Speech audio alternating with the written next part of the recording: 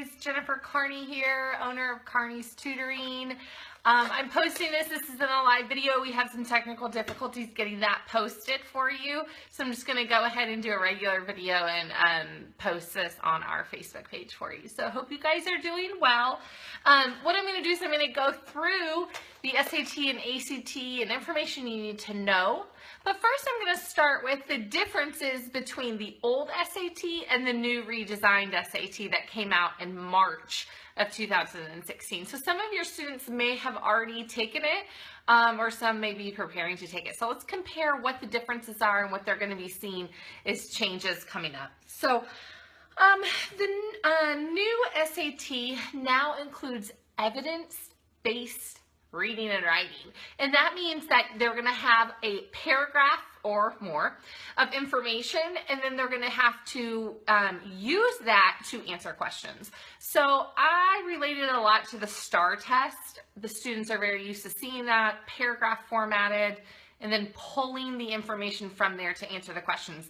It used to be where it was just a question and you had to answer that question over reading and writing. So now they have evidence to pull from. It's a little bit easier, I think, because the evidence is there for them to pull from, but it is a lot more reading. So that I don't like as much, but some students do, and that is their strength. So then that would be a good option for them. There's now a writing language test. And so what that means is that there's going to be sentences, and some of them are going to have blanks, and you're going to have to pick the correct word or vocabulary word that would fit into that sentence. Where we used to just have a verbal section with the SAT, and now they also have sentence structure, so punctuation, capitalization, that kind of thing. So that's going to be included in the more writing and language test portion, where it used to just be called or referred to as the verbal section. 3, the biggest change I think that has come out of this is that half of the math section is no calculator.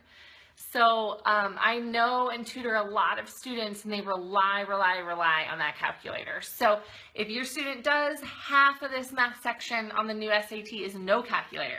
So they are going to struggle then if they are somebody that relies on that. So that is something to weigh against maybe taking the ACT, which is 100% calculator on the math section. So new SAT, half is non-calculator, second half is calculator. The fourth thing is the essay on the new SAT is now optional. It falls in line exactly with the ACT, which is also optional. I would not consider it optional if I was you.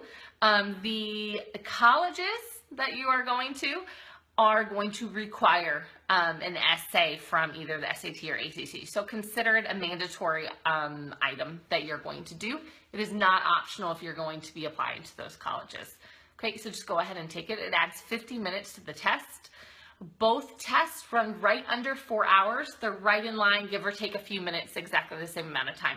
So it's not going to, you know, one test isn't going to be better than the other test time-wise, but it does add 50 minutes. So right under 4 hours, including the essay on both tests, is how long you can expect to spend on that. There is no longer a penalty for guessing on the SAT. So it's all just you're getting points for every correct answer you get. And that's how it should have been from the beginning, right? That falls in line again with the ACT and how they do things. Okay, so you're only getting points for things you got correct. You're not being marked off for what you got wrong. And that's exactly how the ACT does it as well. All right, my little cheat sheet here. We talked about the essay only being that it is now 50 minutes. They fall in line at the same time.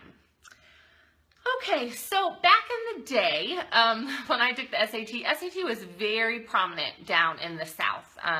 So we didn't really take the ACT, colleges didn't want to see it. SAT was the way to go. Well, ACT started moving up as what colleges were really looking at. They thought it prepared the kids for college, gave them a good indication of how the kids were going to perform in college.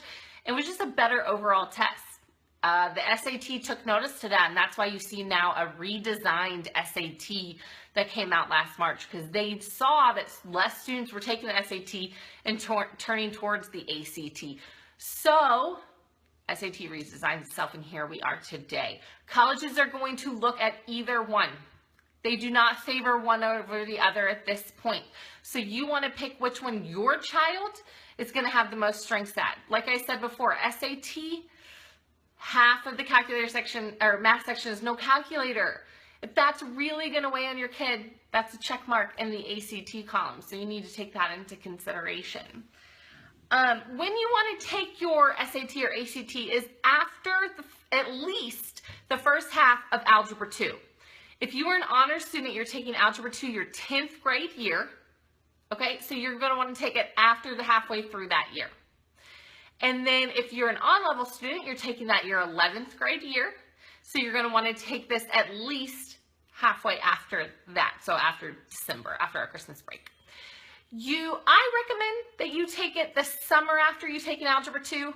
One is because you don't have as much to focus on over the summer. You can really prepare for these tests and give it all you've got in order to figure out your strengths, your weaknesses, focus on those, study for those, and then go ahead and take the tests. So right around the end of that year that you take Algebra 2, again, that's going to either be your 10th grade year or your 11th grade year. So you need to decide when you are taking Algebra 2. Like we talked about, both tests are accepted nationwide, so don't feel like you have to limit yourself to one. It's always good to take a practice test in each one and see which one do you do better in. You need to also look at each test. They're formatted differently. There's a different amount of questions per section. The fonts are different. The sizes are different. And I know that sounds like something silly, but it does weigh in on kids that are sitting there for 4 hours. And calculator, no calculator, those type of things. You want your students to see these things before they actually go to take the test. We recommend that you take 2 practice tests before you actually go to take the real test. And the reason is so that they can see all of those things. It's part of the preparation for the test. Okay, so you want them to be prepared, and they're going to be prepared for all their material that they have, but you also want them to be prepared in their test-taking strategies. Okay, so we want to make sure that we prepare for that, and the 2 practice tests will get that out of the way, and they can focus on the content. We offer practice tests at Kearney's Tutoring. You can come in any day of the week.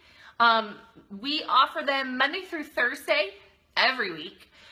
You just have to book with our office managers at either location and tell us if you want an SAT or ACT. We get the test directly from the ACT and SAT, and then we give them to you. It is an unofficial score because we grade them. You then get a detailed score report by question, and it tells you what topic you're